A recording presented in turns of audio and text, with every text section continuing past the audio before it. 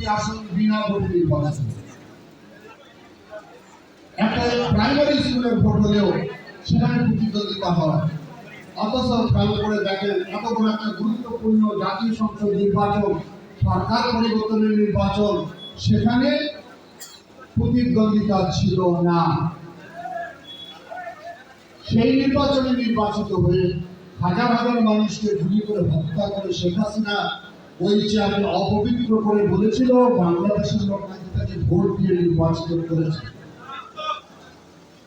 এরকম মিথ্যাচার পৃথিবীর আর কোন রাষ্ট্রদান করেছে বলে আমার জানা হয়।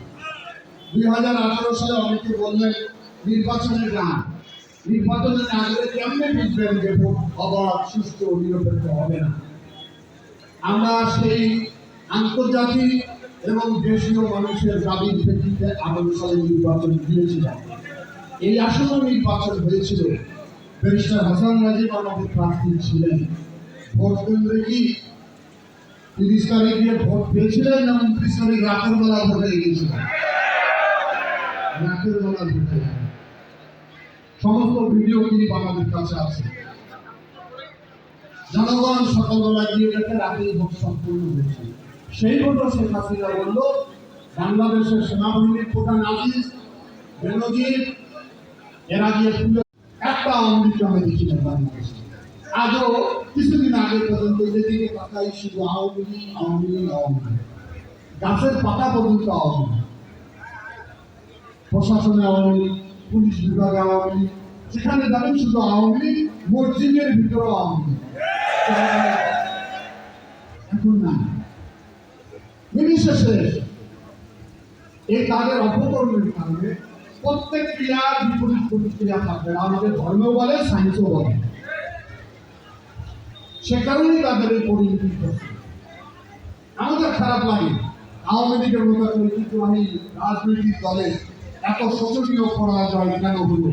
নিশ্চয়ই আপনারা যারা রংপুরের সমাবেশে গিয়েছিলেন বিভাগীয়, আমি সেদিন একটা বক্তব্য রেখেছিলাম।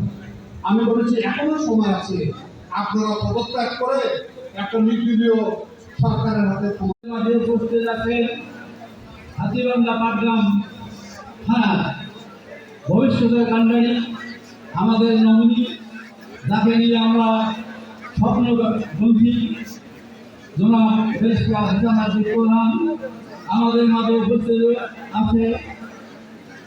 লালমনিরহাট জেলার সম্মানিত নেতৃবৃন্দ, মহিলা বৃন্দ ও আমার প্রাণ প্রিয় ছাত্রছাত্রী ভাই বোনেরা ও আমার সামনে আমার কর্মী ভাইয়েরা, সকলকে জানাই আমার সালাম।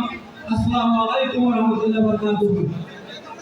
আজ আমরা গণ্যমান্য হয়েছি আমাদের প্রধান অতিথি আমাদের দিক ঘোরাবে, সেই মোতাবেক আমরা কাজ করব। আজকে কেন্দ্রীয় কমিটি নির্বাহী কমিটির সম্মানিত সদস্য সাবেক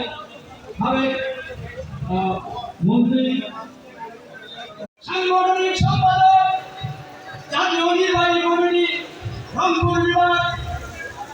রংপুর বিভাগের প্রতিটি মানুষের প্রাণের মানুষ অধ্যক্ষ আসাদুল আমিন দুলু ভাই বিশেষ অতিথি হিসাবে উপস্থিত আছেন। হাতিবান্ধা এলাকার প্রতিটি মানুষের প্রাণের মানুষ জাতীয় নির্বাহী কমিটি অন্যতম সদস্য ব্যারিস্টার হাসান রাজীব প্রধান, মঞ্চে উপস্থিত বিশেষ অতিথি পাটগ্রাম উপজেলা বিএনপির আহ্বায়ক আব্দুল করিম প্রধান, উপস্থিত আছেন জেলা বিএনপির বিভিন্ন স্তরের নেতৃবৃন্দ, ছাত্রদল, যুবদল, স্বেচ্ছাসেবক দল, কৃষক দল, মহিলা দলের জেলা পর্যায়ের নেতৃবৃন্দ, পাটগ্রাম উপজেলা